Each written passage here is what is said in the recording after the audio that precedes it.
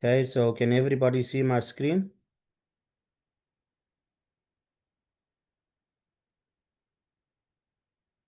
Yes, we can. Okay, thank you. Okay, so good afternoon. My name is Fabian Buckley. I'm from WIB Construction and Safety. Today we're going to be having a discussion on the SHE plan, structuring a comprehensive safety, health, and environmental plan. I'm going to go into a little bit of detail with regards to or prescription on information relating to a SHE plan. We're going to touch a bit on the legalities of it, and then I'm going to do a quick demonstration as to what a document of a SHE plan that I've compiled to demonstrate the best way of how you compile your SHE plan when you are developing it for your SHE file, so that you can ensure that your SHE plan is approved quite easily. Okay, so that's the intention of today's webinar. So slide 2, we'll be discussing what is a SHE plan. So the purpose is a SHE plan outlines the framework for managing safety, health, and environmental risks in line with legal, client, and project requirements. Now, this is important. You can see obviously that we're touching a lot on the OSHAC side of things with regards to the construction regulations, but we are also referring to a SHE plan, which you would also compile for your Mine Health and Safety Act file. Again, which is not a legal requirement pertaining to the SHE plan itself, but the SHE plan is referred to within the construction regulation of 2014. Okay, so the key objective is to ensure legal compliance when we are compiling our SHE plans for Mine Health and Safety Act as well as for OSH Act, prevent incidents and environmental harm, defining roles, responsibilities and expectations, and aligning stakeholders on SHE expectations. And in our core components of a SHE plan, which are important to note, is your introduction and your scope, all right? So that your project details, your purpose, and your applicability. Then you have your legal and client requirements, which are talking about what are the legal references pertaining to applicable acts, regulations, standards. And then you have your SHE objectives and targets. I refer to them, obviously, we know we utilize the SMART or SMARTER term for our objectives and targets, which are goals for SHE performance. And then we have our risk assessment and mitigations. We then have our roles and responsibilities. We have our control measures, and then we have our monitoring and review. Now, why we refer to control measures, we will see a little bit later within the construction regulations where I would refer to this specific aspect. And then next we have your SHE plan development process is your initial consultation. Why it's so important is that, and I'm going to touch a bit on it now rather than going into it while I'm showing you or demonstrating the actual SHE plan itself, is because it is a legal requirement that the client needs to accept and approve the SHE plan itself. Okay, so you would see that in normal terminologies, we have a SHE file, which is approved by a client on a specific project or a site that you're working on, whether it's in a mining site, etc. It would then need to be approved. But you also have the SHE plan, which is the legal requirement for it to be approved by the client itself, right? In a case of a principal contractor, it would be reviewed by a client or client agent who would then approve the SHE plan after that consultation process has been finalized, and thereafter the SHE file itself would then be approved. But that's not a legal requirement, that's a company or project specific requirement. Okay, and then we have the hazard identification, conduct comprehensive site-specific risk assessments, drafting the SHE plan, aligning it with templates, regulations, and site requirements. And then we have review and approval, which is our client and legal review for the revisions and sign off. And then we have the implementation, which would then consider your inductions, awareness trainings, communications, and those aspects that we would include in it.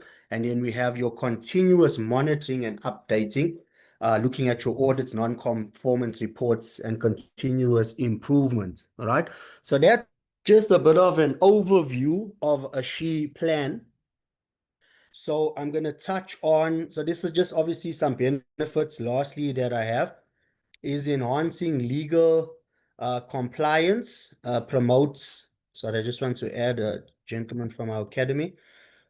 So we have enhancing legal compliance, promotes zero harm culture, builds client and stakeholder trust, supports effective incident prevention, aligns teams with project SHE's expectation, and enables better project execution and safety performance. So that's just a quick overview on the SHE plan itself. And I'm going to touch on a couple of important documents that we need to go through, right? So when we look at the construction regulations, what I've done is, for easy reference, I've highlighted all the sections where it talks about the safety plan. You know, the construction regulations refers to it as a safety plan and not a SHE plan. I know we all are familiar with the SHE plan terminology. So just for term of reference for this, I'm going to use the health and safety plan, which is what we are going through for today, right? So if we look at the construction regulations of 2014, we obviously know that there was the construction regulations that came out, was promulgated and came out in 2014. And then there was a revision that came out, which is the 2nd of June one of 2017, which came out with the guidelines. And in the guidelines, they gave us more information, more meat, let's say, right? So when we look at the health and safety plan, what does it stipulate? It says that under definitions, under construction regulations, a health and safety plan means a site activity or project-specific documented plan in accordance with the client's health and safety specifications. Now, this is the first key word that we need to take note of how important it is to ensure that we comply with the requirements of the health and safety specifications. Okay, that's first, that's key. And then I just highlighted what is a health and safety spec. Obviously, not everybody that's joining our webinars are experienced, seasoned safety professionals. So we have to also go to a bit rudimentary on this so that everyone is on the same page. So a health and safety specification means a site, activity, or project-specific document prepared by the client pertaining to all health and safety requirements related to construction work. Now, we have two projects in construction. We have a construction work permit project, and we have a non-construction work project, okay? Work permit project, excuse me. So what are we referring to? The SHE specification on a construction work permit project would be compiled by the agent on behalf of the client. So the PR agent would compile the specification and the baseline risk assessment, and that would then be issued to the principal contractors that are tendering for that project in the tender pack itself. All right. And on a project which is a non-construction work permit project, which is falling under the requirements of the CIDB grading level 7 and above, 1 year basically of employees working on a project site, etc. All of that would then constitute a construction work permit. If it's falling under the grades CIDB grading 7, like a 6 and below, and that the project is done within less than 1 year, for an example, then obviously that project does not require to have a construction work permit for that project. But the compilation of the health and safety specification still needs to be conducted by the client. Okay, so either they're using a generic specification, which many companies do these days, especially the bigger clients like your Cecils and your Engine, etc. They don't necessarily compile a health and safety spec specifically for a project. Although that's the best way and that's the preferred way that a health and safety spec needs to be conducted. But I'm just sharing this with you for those that are not aware that who is responsible to compile the health and safety specification, who is responsible to compile the baseline risk assessment. It is the client. Who represents the client for the permit? As the agent, he or she will compile the permit, and those are the documents that need to be submitted on behalf of the client for that permit to be approved and to be issued to the client for that project to commence. On a project that does not have a permit, it is then the notification of construction work that's done by the principal contractor for that project to notify the Department of Employment and Labor, that work is going to take place. All right, so just for the explanation there. But again, the responsibility for the health and safety spec and baseline in this regard rests with the client. All right, so if we go up to this section relating to, this is under duties of the client, okay?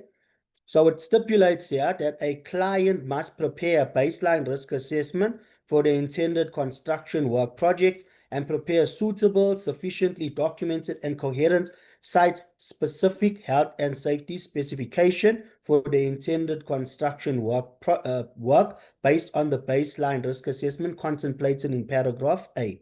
All right. So this is just a follow-on from duties of the client. We'll see under I, it says discuss and negotiate with who? With the principal contractor, the contents of the principal contractor's health and safety plan contemplated in Regulation 7.1 and must thereafter finally approve that plan for implementation. So we can clearly see that the only thing under the law is the only requirement for the client to approve is the safety plan itself and not the safety file, okay? Although a safety file needs to be in place, it doesn't stipulate that a client must approve the safety file. It says that the client must negotiate and approve the safety plan, okay? So I'm going to touch on a few other aspects or areas where safety plan is referred. Ensure that a copy of the principal contractor's health and safety plan is available on request. Okay, that's just for information's sake. Stop any work where the contractors are not complying to the safety spec and the principal contractor's health and safety plan. And then again, just duties of the principal contractor, what they must ensure for regards to the safety plan.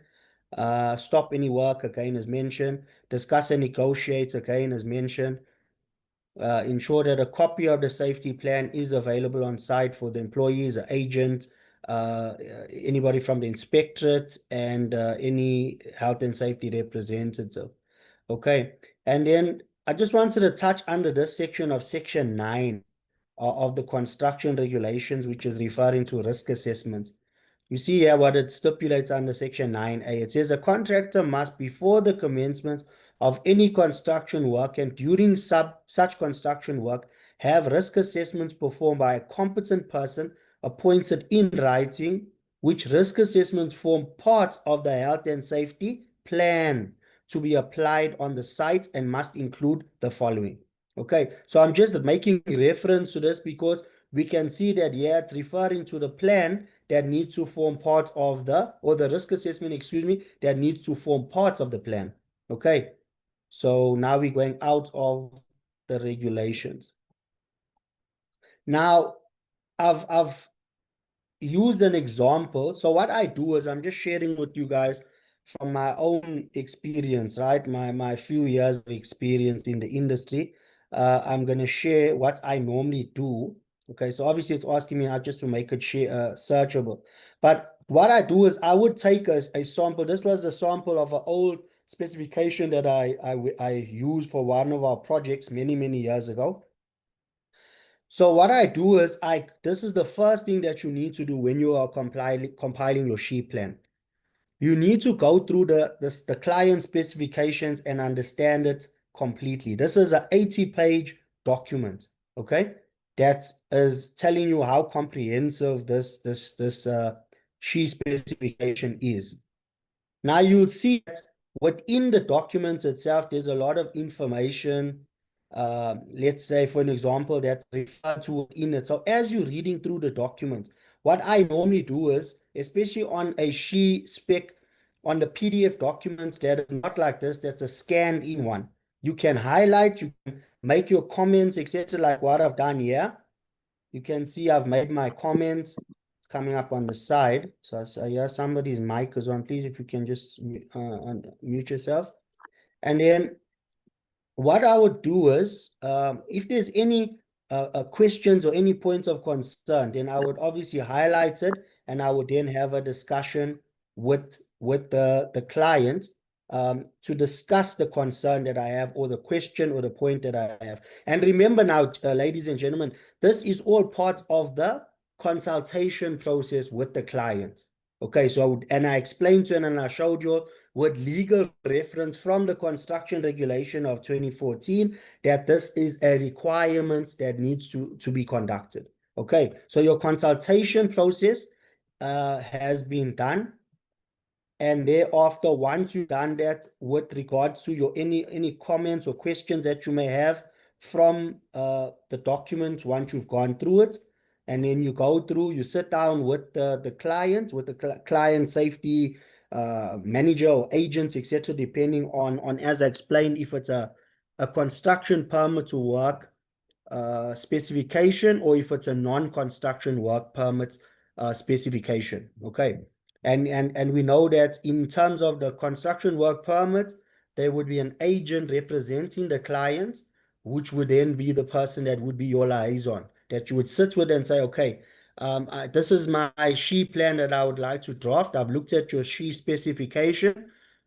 These are some of my points or concerns that I'd like to raise, or these are some of the questions that I would like to raise to further understand a bit more in detail before I start compiling the SHE plan. Okay, so this is the correct approach and process that needs to follow.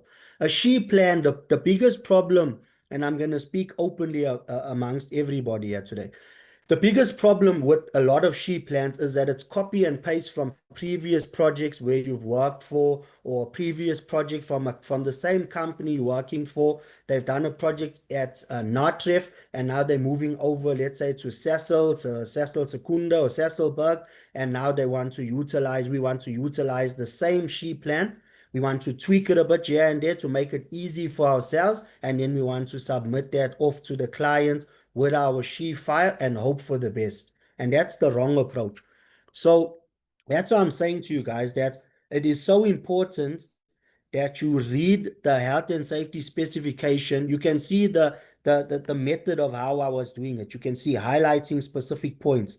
So where it came to an aspect of construction SHE practitioner, SHE officers, the service provider shall appoint a full-time SHE practitioner for every 50 people.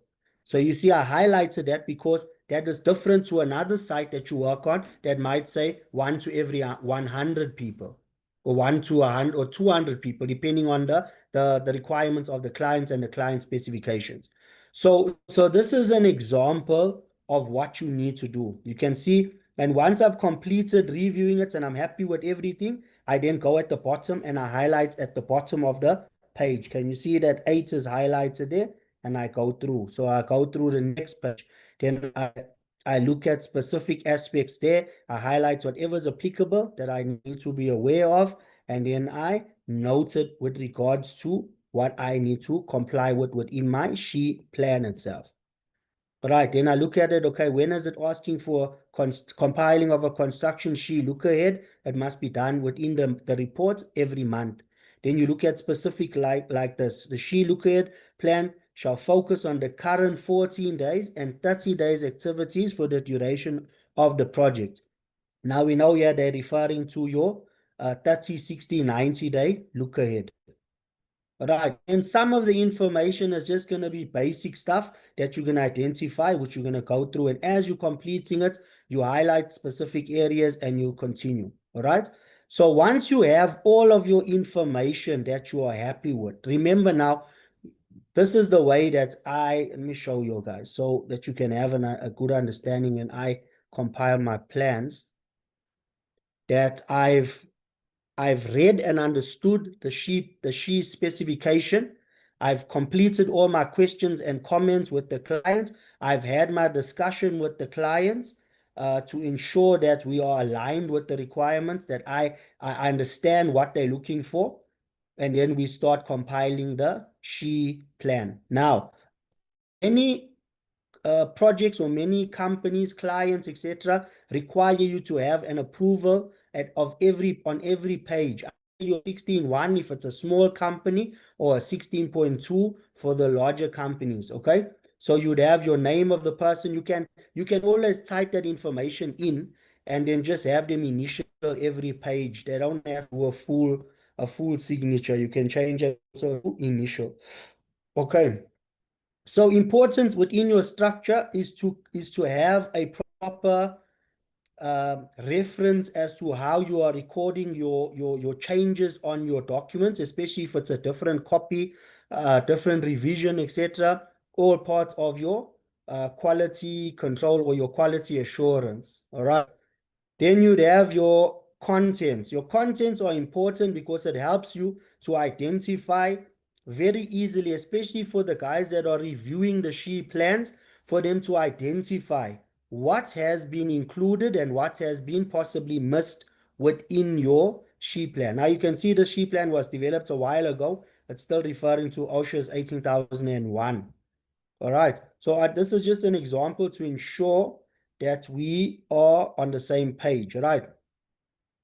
Then from your contents, your referencing, that's done. Then you have any information relating to any amendments. Okay. Again, this is not cast in stone. This is just the way that I prefer to do it. And mentioning that it's a living document. All right.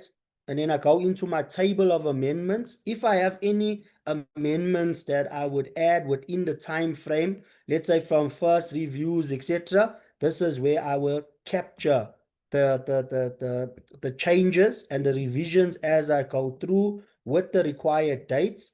So this helps us as well to understand what was the reason why we updated our SHE plan, because it is, as I've mentioned, it's a living document, and who's authorized the revisions of the SHE plan, and what were our reasons for the change itself. So we can include that as well, to say this change happened due to an incident that occurred, medical treatment number 004 XYZ. Okay, that's just an example.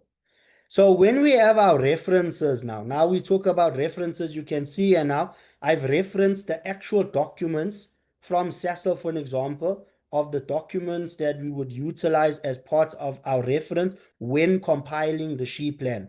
Very important, so that anybody, again, that's checking your document can understand what did you utilize when you are compiling the SHE plan. It is not just something that was done through a copy and paste exercise. You can also reference and mention, for an example, your OSH Act, your construction regulations. If it is on a mining sector, mining site, it will obviously be your Mine Health and Safety Act, and that's what you will ensure you include. All right. Then we go into abbreviations. All right, you'll see that I follow, and I'm going to explain this as well, which is important to understand. Your abbreviations need to also be aligned with your client's abbreviations. You can see this was the material safety data sheet here, where we know now it's changed to a safety data sheet. All right, so I'm just showing you, as I said, for as example. And again, make sure your definitions align with your client definitions. So when we go into our health and safety specification, I'm going to show you the second one. SASL had two. They had this more of a generic one, and then they had the other one that I shared with you, that I showed you. Okay. So you'll see now all the information is the same, the annexures they have. So you need to ensure as well that your annexures, everything that are referred to within the spec, is aligned with your requirements within the SHE plan when you are compiling your SHE plan. So let me just quickly go back to it. And then what I normally did was I prefer to do a bit of an introduction on the project, on a bit of history of the company, etc. And then all of that information would be shared, indicating whether we are a third party, accredited organization, etc., we would include that information in here. Again, this is completely up to yourself, right? I'm just sharing what I did, and 99.99% of my SHE plans and SHE files got approved on the first submission. Okay, so that's why I can say this confidently in my 22 years of safety that I won't say that I've figured out the matrix in this regard, but I think that I have got some understanding with regards to what are the clients looking for, what are agents looking for. You know, even with myself, when I was the client and safety manager for the clients, etc., when documents were submitted to me, when safety plans were submitted to me and files were submitted to me, I knew exactly what to look for and how to identify the copy and pasting, how to identify referencing of what they reference from, what documents were they utilizing when referencing and compiling their safety plan. So what I also advise is, okay, which to me is one of the best methods of compiling a SHE plan as well. Align your numbering, your sections, and align your numbering on your SHE plan according to your requirements from your client specifications. So if your client specifications were project objectives, for an example, okay, you would then rearrange your SHE plan from a previous project, wherever you've gotten it from, rearrange it, align it with the client spec is stipulating under section 1. It talks about project objectives. Okay, so I'm going to take project objectives that's on my current SHE plan that I used on my previous project, let's say at Cecil or at Engine, wherever it was. What I did was I had project objectives were under number 8. So I cut from number 8 and I pasted into and place it as number 1. And then I run my sequencing in the same. Why do I say do it this way? It's because it's easier for you that's compiling your SHE plan to ensure that it aligns with the requirements of the SHE spec, and also the person that's reviewing the SHE plan would be able to easily identify if all aspects of the SHE plan that's required to be compiled with or complied with, excuse me, has been considered and has been included within the SHE plan itself. So it makes it so much easier, as I said, to just restructure it. You're not changing your document or information. You're just structuring it in such a way that it's aligning with the requirements of what the client has in their specification. Okay. And that's as simple as it is. So I'm going to run through some aspects that obviously we need to ensure is within a SHE plan. Some of them are negotiable. I mean, it can be in, it can be out. It's up to you and the client when you are conducting your consultation process with them, and then you can agree on what is in and what is out. But this specific plan is an example of one that was compiled according to the client requirements or the client specification and how I aligned it with that. So some, as I said, some of them were additional that are added after that, which were, let's say, company specific information and those kind of aspects which we ensured were in place for. Okay. So if we're looking at project objectives, we look at the site's organizational structure, and obviously this is just a reference to the organogram, which would be a part of the SHE file that would be included. Then you have your documentation. Again, you have your introduction, you have your referencing, you have your roles and responsibilities, you have your policy, plan, and contractor. So normally what we would do in this section as well, under the policy, we would also copy and paste either from the PDF document, or if it's a PDF document and you create it into a JPEG or PNG file, you can then copy and paste the actual policy, company policy, within your SHE plan itself. All right. And then you go on to leadership and commitment, your mission statements. And then again, you need to have project mission statements as well. And you have company mission statements. So company mission statement is the overall umbrella mission statement. And then you have your project specific objectives and targets, as well as your mission statements that you'd have for your project itself. All right. Then you can see here some references where you highlight, and this is also good when you highlight certain things in bold or in a different color as well. It highlights it to them where what you can also do is, let's say for an example, you want this to stand out, you can put a star and highlight it. You can then do it in that way. You can then indicate it, let's say in a different color, and then you can go back into your initial section of your start of your SHE plan. You can put a key on there to stipulate wherever you see this star and this color on the information, this is an exact extraction from the SHE specification. Okay, so it makes it even easier for the person that is reviewing this to identify that this is coming directly from a requirement from the specification. Okay, so where, as I explained, where I previously showed, where I demonstrated there's a specific criteria, like on the one I showed, and I'm just going back because some people joined a little bit later. So for an example, where it's stipulated aspects like this, a full-time SHE practitioner must be provided for every 50 people. All right. So when you are doing that on your actual SHE plan itself, you would make sure that that stands out, that your that stands out, and that it's easy for them to understand that this is what you've completed accordingly. All right. And then you have your sections of your OSH Act, applicable aspects, relevant information relating to training, recruitment, selection, appointments, resources, roles and responsibilities, and authority as well that the supervisors and safety personnel have. Very important as well, that comes out a lot these days, especially in the like your engine green banding. It comes out quite a lot, where they're looking to see what is the senior management's commitment.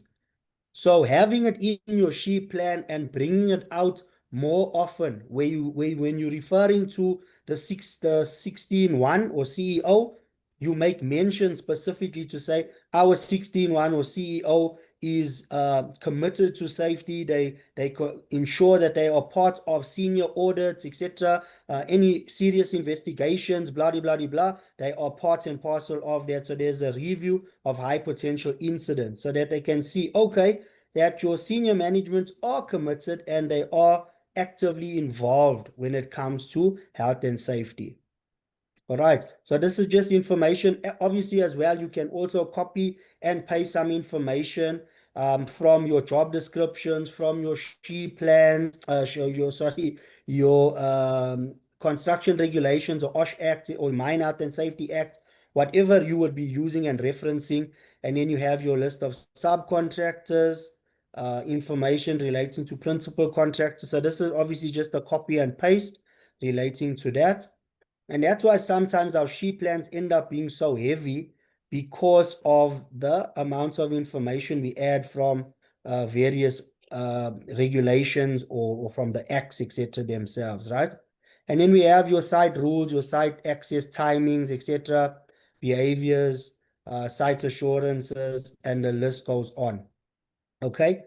And this at the end, once this is complied and completed, you would then, as I say, go back and reference the section. Okay, if you're looking at section 35, or section 36 under audits relating to that, does it match with the requirements under the section pertaining to the health and safety specification of the client, and what does the specification stipulate? And then we know that there's obviously minimum criteria with regards to or monthly audits, etc., that need to be complied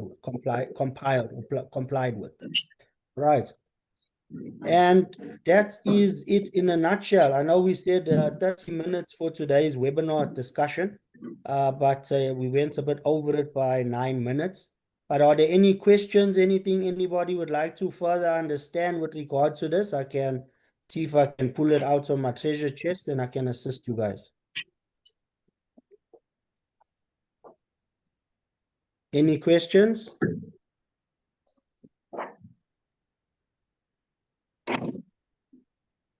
Okay, so no questions today. Is Hello, everyone Fabian. happy with the information? Hello, Sorry, I Fabian. hear somebody. Hi, go ahead. Oh, okay. My question would be, I saw there on page number 8, when you were making that example, does it happen that in a specification it stated that there must be 2 she practitioners for every 50 people? Yes, Does it does it mean 2 safety officers yes. on that side, or what does it mean? Yeah, so in a she practitioner in this regards, what they're referring to here is this is from an actual health and safety spec from SASL, right? Yeah. Which stipulated that a full-time she practitioner must be available for every 50 people. A she practitioner, under their terminology, is a safety officer. Okay. And Yeah. then it will stipulate if you have, for an example, every 500 people, you will have one safety manager. So on a project with 1,000 people, you will have 2 safety managers. You normally have one more of a senior safety manager, and then you have one that supports and is with that project as the, let's call it almost like a subordinate safety manager, but they also equivalent as the other person would be basically. So Oh. that's an example of how prescriptive a she specification can be. You can see, even with regards to practical experience when appointing a person and what qualifications, etc., that person needs to have. You'd see here, yeah, they're referring to a junior she officer and they're referring to 0 to 3 years. Safety officer is 3 to 6 years, and then it goes on, right? And then it refers to what tertiary education, etc., a person should have as, for an example, project she manager. This is coming directly from a client. Okay, so this is an example, an actual example of a she spec. All right. No. Yeah. Yeah. No, Another thing I that think. sorry, go ahead. Okay, no, I didn't think she's specification was this much detailed. I don't want to lie. I didn't think it was this much detailed.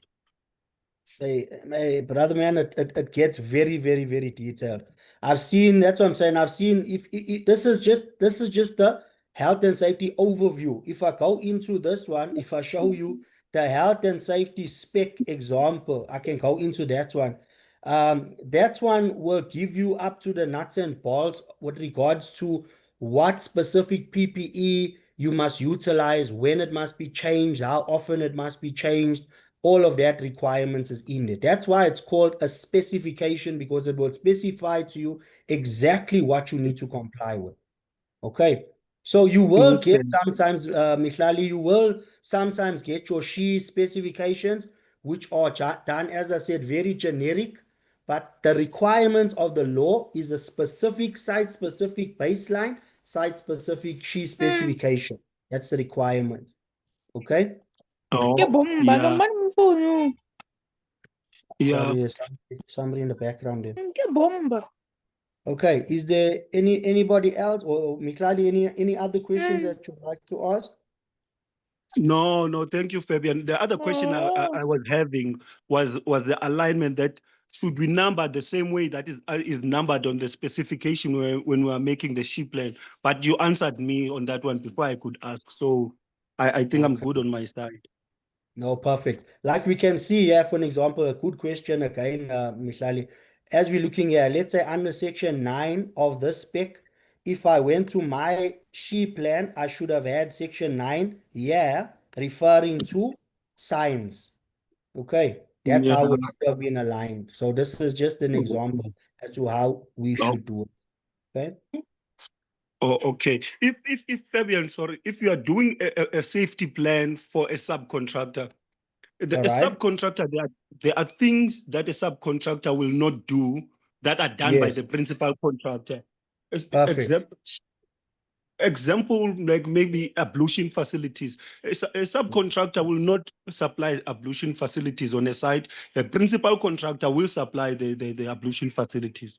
Now, when you are doing that ship plan for the subcontractor, when you come to that section of ablution facilities, do you put that number, let's say it's number 9, ablution facilities, do you put it there and then you state under that the principal contractor is going to supply ablution facilities, or you don't include it at all in the specification in the ship plan? Brian, very good. Another very good question. So let me just correct you as well. Not every subcontractor is a small subcontractor that would not provide their own site facilities and ablutions, etc. Some projects, you have subcontractors that are large companies. I'll give you an example. We were the principal contractor, and we had Stefanuti, we had Klinika LTA, we had Murray and Roberts, we had those companies as our subcontractors. So they had to still provide their own ablution and site facilities for their personnel, right? So I just needed to correct you there in that regard. What you mentioned is 100% correct. If you have a SHE plan for a subcontractor or even a subcontractor, the subcontractor that's compiling their SHE plan would align with the requirements of the spec and the client SHE, the principal contractor SHE plan. But where it is a requirement of the principal contractor and not the contractor, they would stipulate it as such. Please note that this is not part of our scope of work according to contract clause or whatever the case may be. And that's how you would reference it. You understand? Oh, so okay. that it makes easy referencing for the person that's reviewing the document to say, okay, they've considered that the ablution facilities are required for the project, but they note that it's not part of their requirements. You understand? So it might be a case where cleaning personnel, etc., might be provided by the subcontractor, and that would be included within the SHE plan, indicated to say that it is our responsibility, according to contract requirements, that we shall provide a cleaner for the facilities, blah, blah, blah, blah. That's just how you would reference it to ensure that the client or whoever is reviewing the document understand that you've considered this factor within your SHE plan when you compiled it, right? Okay, no, thank you, Fabian. It's clear, man. It's clear. No problem, no problem. Any other questions from anyone?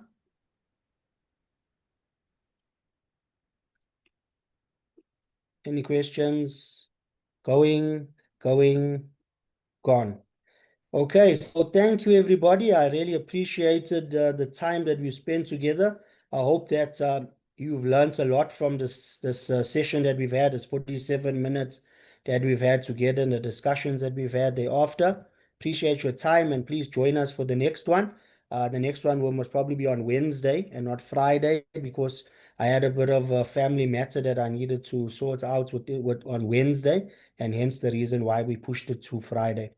So I do hope you all enjoyed it, and take care and enjoy the rest of your day and the weekend ahead. Thank you.